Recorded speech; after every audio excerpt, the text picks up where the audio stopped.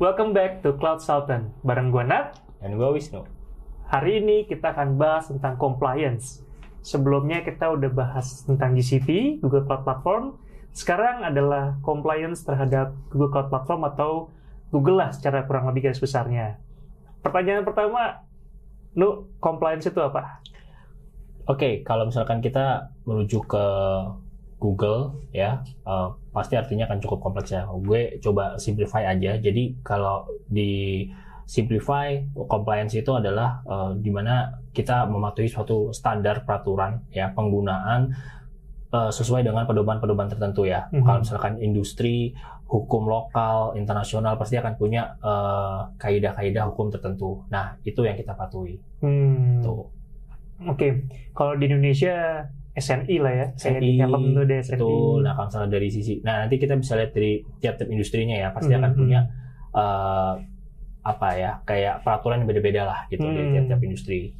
Nah, peraturan beda-beda itu sebenarnya nggak hanya di tiap industri, tapi di tiap negara juga sebenarnya agak beda. Ya. Google itu sendiri dia punya sertifikat internasional gitu yang dikenal dengan namanya ISO. Jadi kalau kita lihat spesifiknya terhadap Google Cloud Platform, dia ada ISO 27001. Nah, ini menarik gitu. nih ya. Berarti kita akan coba bahas nih ya. Kira-kira compliance apa aja sih yang dimiliki oleh GCP ya khususnya ya? Betul, ISO dan lain sebagainya.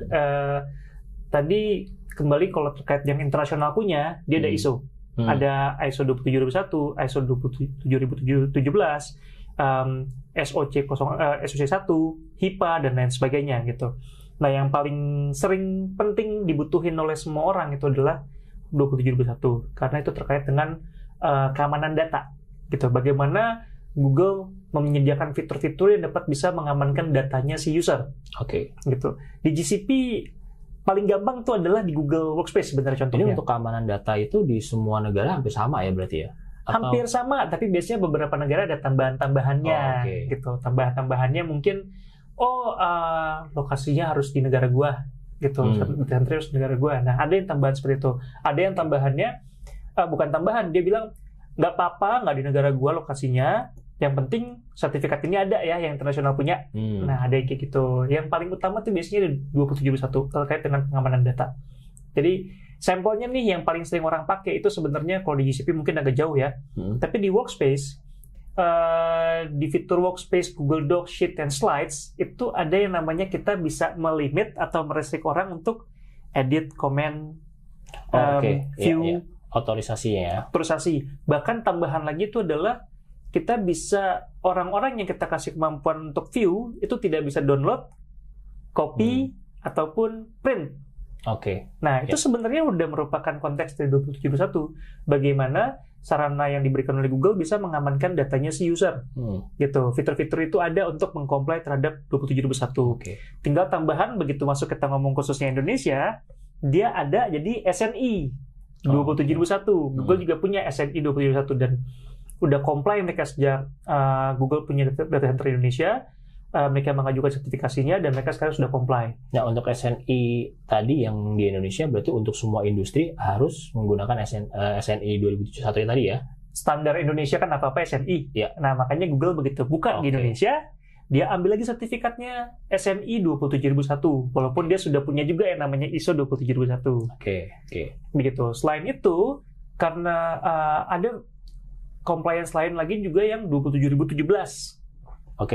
Itu kan GCP itu kan fiturnya banyak nih. Ada App Engine, Compute Engine, kayak gitu. Storage dan lain-lain. Nah, 27017 itu harus solusi yang diberikan itu harus punya kemampuan untuk si user punya kemampuan untuk nge-provision, ngematiin, nyalain gitu loh. Jadi jangan proses itu hanya Google doang yang bisa. Berarti dari sisi user bisa memanage tadi itu. Itulah tadi makanya dia comply terhadap 27017 karena user tidak perlu harus balik ke Google hanya untuk tas-tas seperti itu. Padahal itu kan juga lumayan krusial kan. Jadi jangan seakan-akan kita kalau sudah di Google ya udah semua dikendalikan oleh Google. Enggak. Memanage ini bisa diasumsikan user tersebut bisa mengambil storage yang ada di situ nggak? Maksudnya misalkan user sudah taruh nih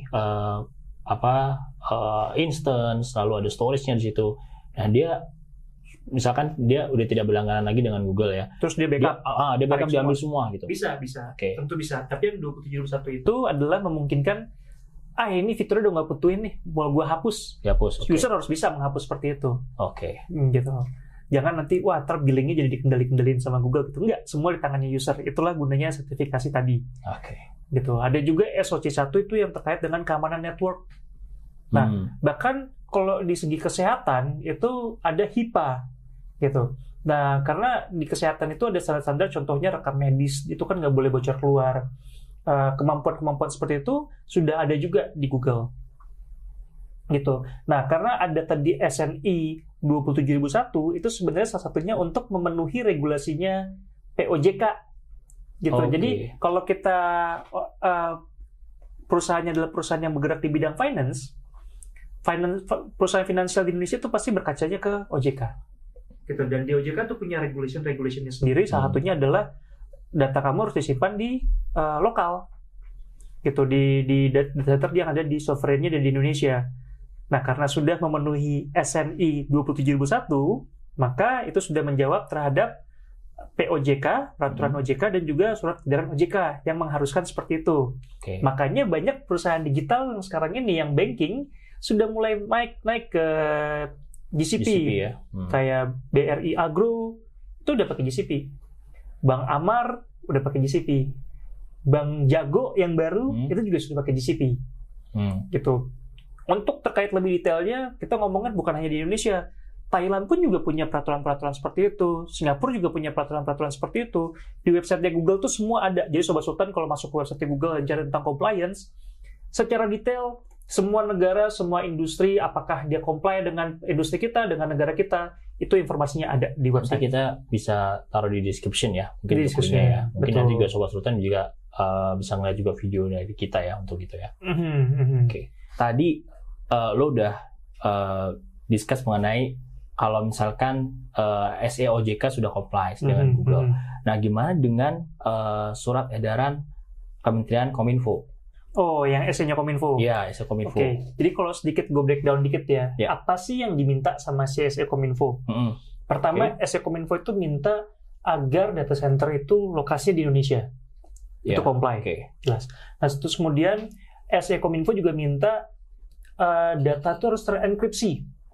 Google jelas terenkripsi. Dan kemudian dia minta harus sudah lolos ISO 27001. Sebentar, yang tadi data terenkripsi itu berarti kalau misalkan customer-nya nih ya naruh data di Google, itu otomatis Google akan melakukan enkripsi di dalamnya. Betul. Jadi nggak beda. Ya kalau kita nanti mau masuk bahas tentang enkripsi akan bisa lebih detail lagi ya. Cuman beda kalau misalnya kita masuk ke data center gitu, data center terus main buka-buka aja, nggak modelnya kayak file explorer sebelah kanan ada filenya gitu, enggak. Gitu, semua itu encrypted gitu. Dan hanya bisa dibuka dengan fitur-fitur dari si Google tadi itu. Nah, itu sudah terenkripsi. Terus yang ketiga adalah dia harus comply terhadap ISO 27001 dan SNI 27001. Dua-duanya ya, jadi nggak bisa salah satu. Dan tadi seperti yang gue sampaikan, yang SNI juga udah achieve, gitu, juga udah punya Google itu. Nah, selain itu apa lagi? Peraturan dari SE dari Kominfo itu juga mengharuskan minimal harus punya 2 availability zone. Nah, Google sendiri punya 3 availability zone. Dalam satu region di Indonesia punya 2, Google sudah punya 3 sekarang. Gitu, jadi lebih dari memenuhi. Nah, dan harus bisa diaudit. Nah, sertifikasinya itu SOC2. Nah, Google itu bisa diaudit. Dan yang terakhir itu harus ada lognya. Transaksi-transaksi yang terjadi di Google terus ada lognya. Oh iya, itu pasti Google ada lognya. Jadi harus bisa diaudit, dia comply SOC2 tadi, dan dia Google semua transaksinya ada lognya. Gitu. Siapa yang mengirim email, siapa yang menerima email, siapa yang ngechat, nge-share, semua transaction itu ada lognya. Dan satu lagi, konsep pembayarannya harus pay as unit. Di SE Kominfo itu jelas harus pay as unit. Google mungkin bahasanya sedikit beda, namanya pay as you go. Kalau di Google Gitu ya. Nah, kalau misalkan keterkaitan dengan DRC ya, berarti kita juga kalau tadi ngomongin availability zone yang dalam satu region itu ada 3, berarti kita juga bisa buat DRC dalam satu region tersebut ya. Menarik tuh, betul. Itu sebenarnya salah satu untuk comply itu. Kalau seandainya satu region cuma ada satu available zone, terus perusahaan atau user itu mau bikin high availability, untuk bisa comply dengan SOCOMINFO, berarti dia harus di hybrid dengan on-premise atau enggak yang lokal cloud lainnya, ya kan? Tapi ngobrol sama multi-cloud itu kan juga sebenarnya akan menjadi homework tersendiri ya. Iya. Dia akan lebih enak kalau misalnya bisa di DRC ke environment yang sama. Nah, kalau cuma dia satu backupnya di luar DRC-nya, kan otomatis DRC sendiri tidak comply dong dengan SOCOMINFO. Karena dia ada multi-zone di Indonesia, ada 3, kita bisa aja bikin 2 nyala, 1 backup gitu. Atau 1 nyala, 1 backup cuma pakai 2 aja gitu. 2 aja ya. Baik production-nya maupun DRC-nya itu sama-sama di Indonesia dan memenuhi SOCOMINFO tadi. Oke, berarti kalau dari discussion kita nih, Google sudah comply dengan SE-OJK, Kominfo juga ya. Betul. Dan compliance itu kan juga fitur-fitur tadi itu juga untuk sebenarnya mendukung SLA. Oke. Gitu. Google tuh punya SLA di atas 99%. Iya, kalau aku ambil contoh nih ya, kalau gua ambil contoh nih yang compute engine-nya Google ya, kalau untuk yang instance-nya itu di multiple zone, itu SLA-nya di 99,99%. Sampai nah, itu dia. Kan fiturnya Google ada banyak nih. Ya. Ada App Engine, Compute Engine, Kubernetes, dan lain sebagainya. Terutama tadi yang Compute Engine itu, jadi jangan sampai orang salah berpikir nih, wah, SLA-nya Google sudah pasti 99,99%. Dia sebenarnya ada tambahan lagi. Kalau kita taruhnya di multi-region, di multi-zone, itu baru apply 99,9%. Tapi kalau kita apply-nya cuma di satu zone, cuma satu doang yang nyala, ya dia pasti ada efek di SLA-nya juga. Ya, di efeknya itu single instance itu di 99,5. Saat ini ya? Saat ini. Karena dari pengalaman, jadi tuh kalau misalnya Sobat Sultan buka websitenya Google terkait dengan SLA, itu memang setiap tahun atau setiap periode itu pasti ada perubahan SLA. Di situ dia ada historicalnya. Perubahan tanggal berapa, tahun berapa, bulan apa, itu ada historicalnya.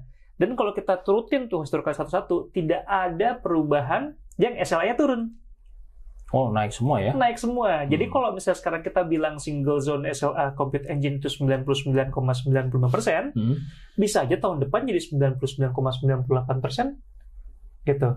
Terus multi-zone-nya jadi 99,99999999% gitu. Itu dimungkinkan. Karena seperti sebelum-sebelumnya kita bahas, teknologi itu semakin ke sini semakin terjangkau, sehingga Google pun juga dengan lebih mudah memberikan layanan lebih baik ke pelanggan gitu, ke pengguna. Sehingga naik SLA itu bukan suatu hal yang rumit atau sulit buat Google ke depannya. Oke, buat Sobat Sultan yang mungkin mau tahu lebih lanjut mengenai compliance, walaupun tadi kita juga udah discuss cukup kompleks ya. Iya. Gue sendiri juga agak bingung nih tadi. Wah, ternyata Google sudah compliance dengan banyak ya, gitu ya, dengan SE-OJK, SOCOMINFO, dan internasionalnya juga banyak gitu. SNI, ISO. Nah, mungkin juga Sobat Sultan bisa tulis saja di komentar kalau misalkan ada pertanyaan atau komentar apapun terkait dengan compliance, terkait dengan GCP, bisa langsung tulis di kolom komentar, dan juga bisa kunjungi website kita di www.pointstar.co.id. Jangan lupa juga untuk subscribe dan like channel kita. And it's time to move to the cloud. Goodbye folks!